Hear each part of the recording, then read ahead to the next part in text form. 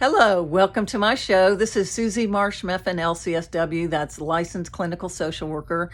And today, this is a little bit of part 2, borderline personality disorder, but really we're going to be talking about narcissism and how it relates to the borderline personality disorder. Those two are very different diagnoses, but some people may have a little bit of both of those traits. Another comparison is the substance use disorder, and when someone has been using substances long term, they will display some or a lot of narcissism also. But the difference is if they haven't done too much damage to the brain, those traits can change, because 12 steps really ask you and require you to change your behavior, and it needs to happen usually in order to stay clean or sober.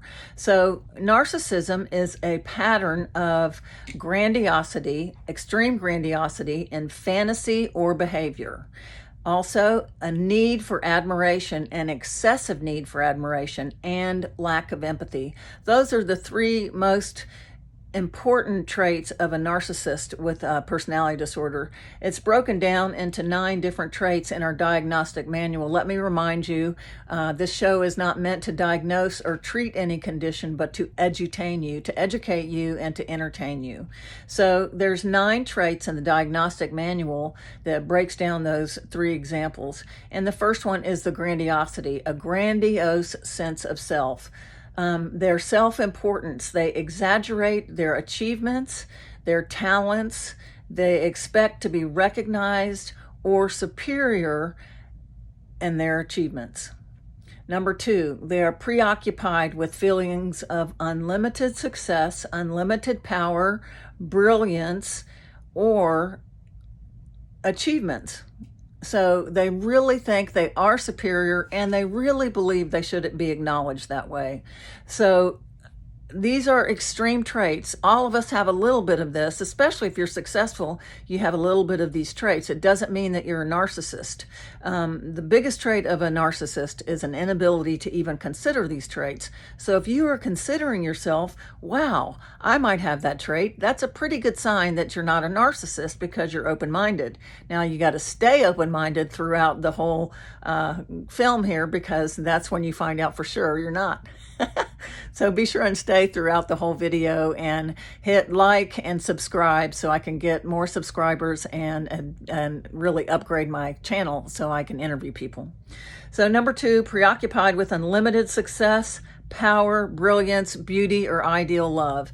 Everything to them is ideal or superior to other people. And in the beginning, in a love relationship, narcissists do what is called love bombing. And this is only in the beginning of the relationship, where they shower you with affection, the same kind of affection that they think they deserve.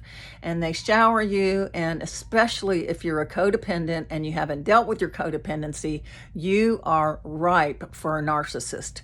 There are so many articles on the internet right now about narcissism and codependency. It's such a popular topic. So a codependent doesn't have a sense of self-esteem inside themselves. They rely on things outside of themselves, and many times the caretaking of another person gives them that sense of self-esteem or personality. Well, that's exactly what the narcissist is looking for: someone to worship them, to look up to them, to think they're wonderful and brilliant, and that's really how they live. Unlike a borderline, who is capable of knowing what their problems are, their character defects, you can confront a borderline, and if you do it in a way that is helpful to them, they can admit their traits. They can say, yes, I do that, and that's true. Or, yes, I'm a borderline. A narcissistic personality disorder will rarely admit that they have that disorder, and especially if you confront them directly with any of these traits, that they will withdraw and be enraged. So preoccupied with feelings of unlimited success, power, brilliance, beauty, or ideal love, believing that they are special, unique, and only understood by or should associate with other people that are special or of high status. So they really feel like sometimes celebrities are their friends, that people that are celebrities, if they met them, would be friends with them. They are truly believing these things that you think if you confront, they would see right through them. It does not work that way with a narcissist. And many codependents, how many years have you been trying the same thing? I'm going to try to say it this way, try to say it in a way that it's my feelings and not blaming them. And sometimes that will help them to listen, but when it gets turned on their behavior, then they may feel enraged and rage out. I'm not talking about physically hurt you, but they may just enrage towards you. They require excessive admiration from you, from other people in their life, and they may be depressed shortly for a short amount of time when they don't get that. A sense of entitlement, which is unreasonable expectations of especially favorable treatment or automatic compliance with their expectations. So it should be automatically thought that a server should know when I need more water. They should be paying that much attention to me. I don't care how busy they are. And many times a narcissistic NPD, narcissistic personality disorder, will be very rude and short with people that are serving them or that they especially consider that are beneath them, although most of us are beneath them, but especially servers and other people in the service industries. So especially those people must automatically comply with their needs and their wishes. They are interpersonally exploitive. Because of this belief of how superior they are, and because they believe that their needs should be met immediately, that is, they take advantage of other people's to their ends. They will use other people's to meet their own achievements, to meet their own needs. And they don't think of it as using other people, they think of it as getting their needs met. And this is truly a lie that they tell themselves that is not usually something that you can confront or deal with directly. Number 7, they lack empathy. They are unwilling to recognize or identify with feelings and needs of others. This is a hallmark of an NPD. They don't recognize your feelings. They don't recognize their feelings. If you're crying, they don't necessarily recognize that they made you sad. They might just think that you are weak or vulnerable. If you show anger or sadness or shame or guilt, they may look down upon you with disdain or some sort of snobbishness and truly believe that you are weak. Well, if you go to therapy or recovery, you learn that crying in a session or crying in a 12-step meeting takes a lot more guts than pretending like you're okay. I'm fine, I'm just fine. That is so easy to do, but it is much harder to cry in a meeting where there's 25 people or 100 people and to be totally genuine about what you're going through. I had to go through a major depression when I had 4 losses in the space of 18 months. It was the last thing I wanted to do was talk about it in a meeting. Now, when it was over, I wished I'd talked about it more often, but the shame and the guilt really, really just made it difficult. But I did do it and just forced myself. So what is easier, to say I'm fine, to pretend like you're fine, or to genuinely show that side of yourself? That is not weakness. It is vulnerability. When a client shows that side to me, I am much closer to them and have much more empathy for what they're going through. When someone shows that to me, a family member, a friend, what I feel is love. The last thing I feel is disdain. So the NPD may have great difficulty with that. They may not be able to learn it. They are envious of others, or they believe that others are envious of them. I guess that one's kind of obvious. But if you're in a relationship, a close relationship with a narcissist, you will hear them making complaints about these characteristics or these traits. At work, they didn't acknowledge what he did or she did. 50 to 75% of narcissists' personalities are male. Borderlines tend to be more female. They show arrogant, haughty behavior and attitudes. Arrogant, haughty behaviors and attitudes. So again, that goes back to the server, or maybe a nurse in a doctor's office. Maybe they think the nurse is below them because the doctor is at their level, and may be very charming with the doctor because they feel at an equal. Well, I'll get how to respond to a narcissist in a minute. So narcissism has a tendency, not all narcissists, but many narcissists, if they get into substance use disorder, and this is so true, they tend to get into cocaine.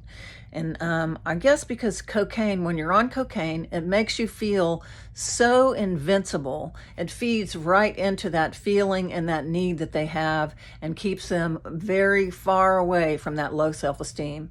So cocaine really feeds into the narcissism. Anorexia, the perfectionism of anorexia.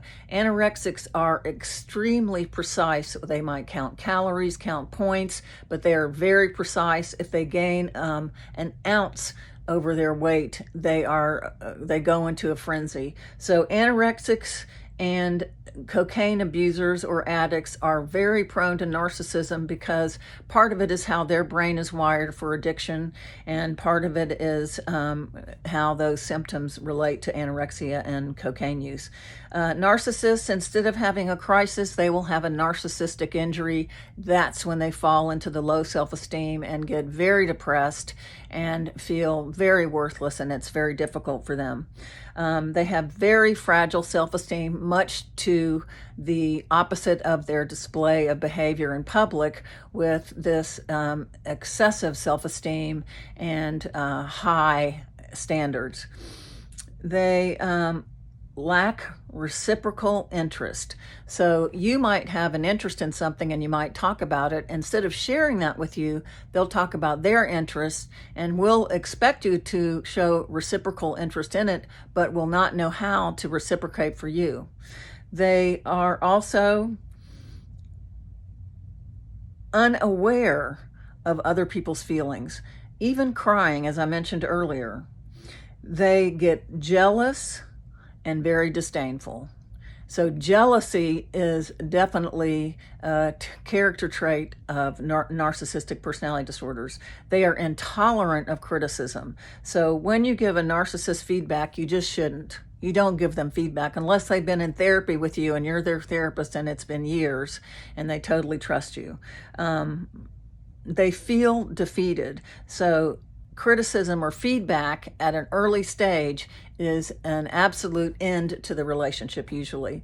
I had a client who, this was in a different state, who could have been a narcissist, could have been something else, but once asked me not to look at my clock or my watch. Now I was backed up, back-to-back clients, and I usually ran over a little bit, so I had to keep my eye on the clock. Well, after he told me that, I looked at my clock, he picked me up, turned me upside down, and then set me back down. Now, I would think that was rage at me not paying attention. And of course I was paying attention. I heard everything he said, but that narcissistic trait inside made him feel rage and probably humiliated and low self-esteem, totally misinterpreted, what I had to do, because they can't see it that way. They're only seeing what happened to them. This person also had some of the worst abuse that I'd ever heard of in my life, and I've heard absolutely severe satanic abuse, unbelievable 3-generation family abuse, and he had extremely horrible abuse. So, I kind of understood where he came from, but he never came back, I'm sure. And if he did, we would have had to deal with that. So narcissism, I think there is a brain pattern in a narcissist that is there before the narcissism. And if they have the marriage between the abuse and that brain pattern or those traits in the brain, then it creates the narcissistic personality disorder. I'm not a doctor. I don't scan brains. I don't know if that's real, but they seem to be so similar, whether you're in this country or another country. The same with bipolar, the same with borderline personality disorders. I believe they all have a difference in their brain. I know that chemical dependency, or what we call now substance use disorder, the brain is different before they start using. The brain may be a little bit smaller. It may have less blood flow in one area than other normal brains do. So it is a little bit different for substance use disorder. And bipolar is also a little bit different. So if you want to look at the brain scans, Dr. Daniel Amen, A-M-E-N, has a wonderful website, several books. In his books, he has the brain scans. His first book was my favorite. It shows brain scans of all the mental illnesses, teenagers on drugs, teenagers on marijuana, teenagers on acid, teenagers on speed, all sorts of brain scans, and then he shows the normal brain scan of a teenager and the normal one of an adult. So it's very interesting and very helpful, and I would show that to my clients when they were looking at not wanting to comply in their treatment.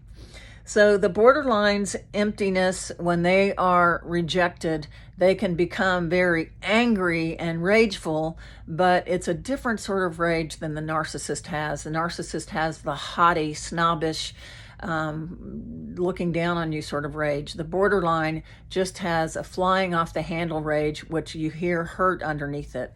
And you can talk to a borderline right after or even during a rage episode, as long as you are very respectful and understand how empty and hurt they have been. And of course, I haven't worked with a borderline that didn't have pretty severe abuse also. Now, substance use disorder, it's my experience as a clinician that most people that have substance use disorder had a trauma sometime in their life, maybe in childhood, maybe at some other time, before they became involved enough in drugs to get a substance use disorder or an addiction. And the brain is different. And again, as I've said before, the brain with substance use for 3 years is still not totally healed. After 3 years, many people in recovery sort of have a shock because they start feeling things on a very deep level. So for 3 years, they haven't felt their feelings very deeply. They've felt them, but then before that, they were using for how long? Me for 9 years, some of my clients for 25 years. So for 25 years, they sedated these feelings. When you drink 2 ounces of alcohol, that 2 ounces goes to the neocortex. The neocortex is in charge of problem solving, higher functioning. Mammals don't have a neocortex. It's in charge of having empathy for other people, for looking at your feelings. Feeling your feelings is in the middle brain. But the neocortex really is what makes us different from animals and reptiles. So 2 ounces, and that problem-solving part of your brain that teaches you about your values and morals is gone. Your connection to your higher power is a little bit less. So then if you have 2 more ounces of alcohol, now I don't know what the equivalent to this is in drugs because it would be different with each drug. 2 more ounces of alcohol, the middle brain, which is your feelings, and especially sad, mad, glad, afraid, guilty, ashamed. I have to train my substance use disorder clients for a long time to use those words. They say, well, I feel like you're talking about me. Well, I feel like you don't understand. Instead of, when I don't understand you, do you feel sad? Do you feel mad? How does it make you feel? And I give them those words over and over and over until eventually they say those words instead of a thought. People usually say a thought instead of a feeling. So when you've been sedating the middle brain for 20 years, you don't have those words. You have words for your thoughts. So the midbrain, when it's sedated, and my guess is some of these personality disorders don't have as good of an access, like the narcissist can't see other people's feelings.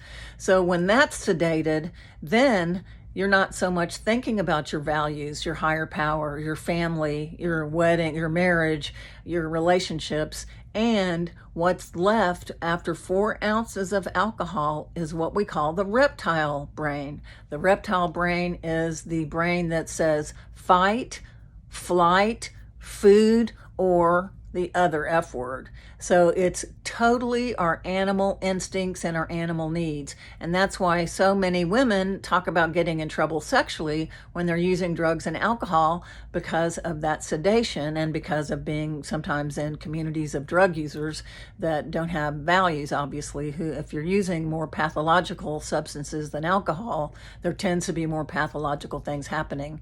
Since alcohol is more accepted, you don't have to go to a pathological community to use that drug. You can be in a accepted society. So those are the instances where the brain is involved in these disorders, where the narcissistic personality disorder is different than the other disorders. The borderlines tend to self-harm and cut themselves. A narcissist would not want to ruin their body by cutting themselves. And if you're identifying with this, please remember you're probably over-exaggerating your identification. We call it the medical student's disease when they think they have every disease that they study. Don't mistake the fact that if you have to have a lot more than 3 of these characteristics to be diagnosed as an NPD. So don't worry about diagnosing yourself. Just be aware if you're in a narcissistic relationship that is very toxic to you. One of the most important ways to get through a narcissistic relationship is to compliment. I could tell you many other things to do that would be very complicated, but if I've got a parent and the parent is a narcissist and I'm treating their teenager, the first thing I'm going to do is compliment their parenting skills, no matter what they are like. They will believe me, and from then on, they will try to be a better parent to prove it to me. They won't think it's because they're not a good parent. They will think that they want to be even better. So with a narcissist, the shortest and easiest way out of an argument is to think of something that genuinely that you can compliment and connect with them on that level, and try not to correct them and teach them and give them feedback. It will go nowhere. How long have you already been trying to do that and gotten better and better at giving feedback, and it's still not happening? It's not helping.